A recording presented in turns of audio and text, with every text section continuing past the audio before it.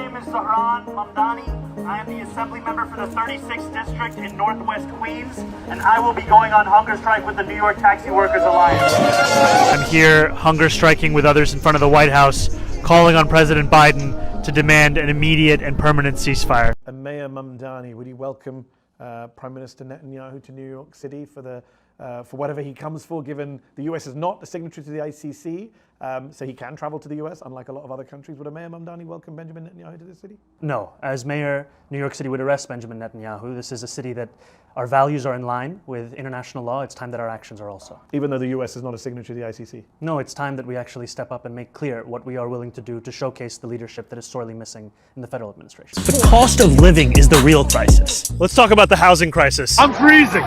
Your rent as the next mayor of New York City. More than 2 million New Yorkers live in rent-stabilized units. So in the next few days, let's do everything that we can to see that Zohran is elected mayor of New York. My name is Assemblymember Zohran Mamdani, and I am running to make the city affordable.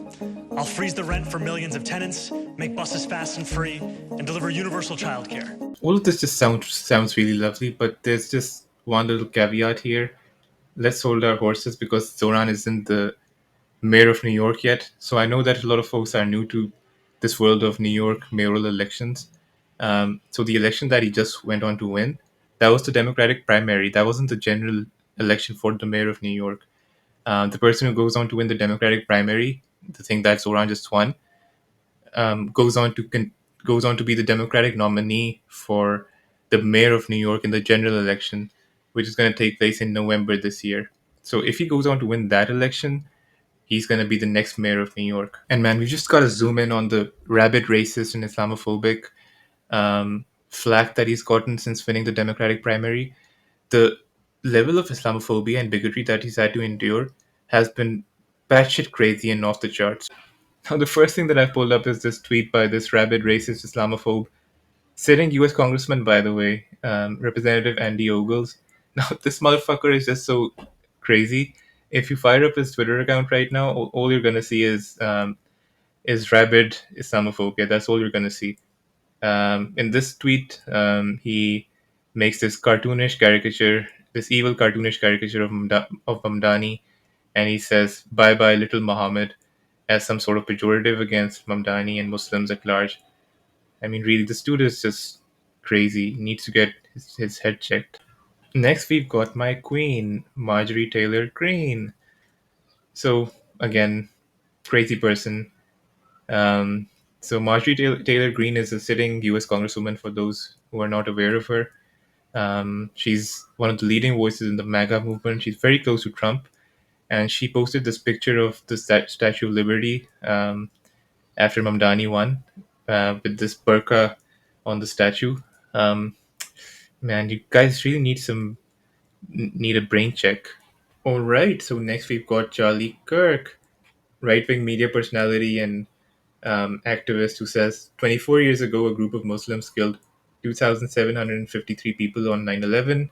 Now a Muslim socialist is on pace to run New York City.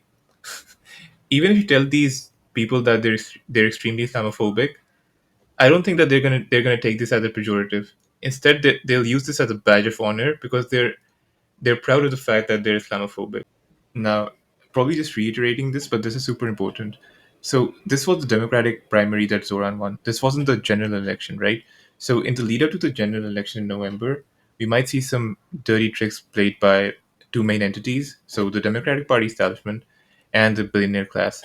The Democratic Party establishment is extremely pro-rich. They're against providing relief to the working class. They're extremely pro-Israel. And Zohran is the opposite of all of these. So you might see some dirty tricks. For instance, they might pit one of their establishment lapdogs as an independent candidate against Zohran in the general election. So that could happen. And then you've got these pieces of shit billionaires in the US who are extremely against providing relief to the working class. All they care about is tax relief for the elites. All they care about is socialism for the wealthy and capitalism for the poor. And a lot of these folks are extremely pro-Israel. So people like Bill Ackman, Michael Bloomberg. So you might see these people bankroll some independent candidate against Zohran. Don't get me wrong here, Zohran is the favorite to win the election. in recent elections, the Democratic nominee has gone on to win the election. So the same might happen this time around. But you just never know, keeping the ulterior motives of the Democratic Party establishment and the billionaire class in mind. So I'm going to call it here until next time. In the meanwhile, keep at it on Hinge. Maybe there's someone out there for you, as Zohran said.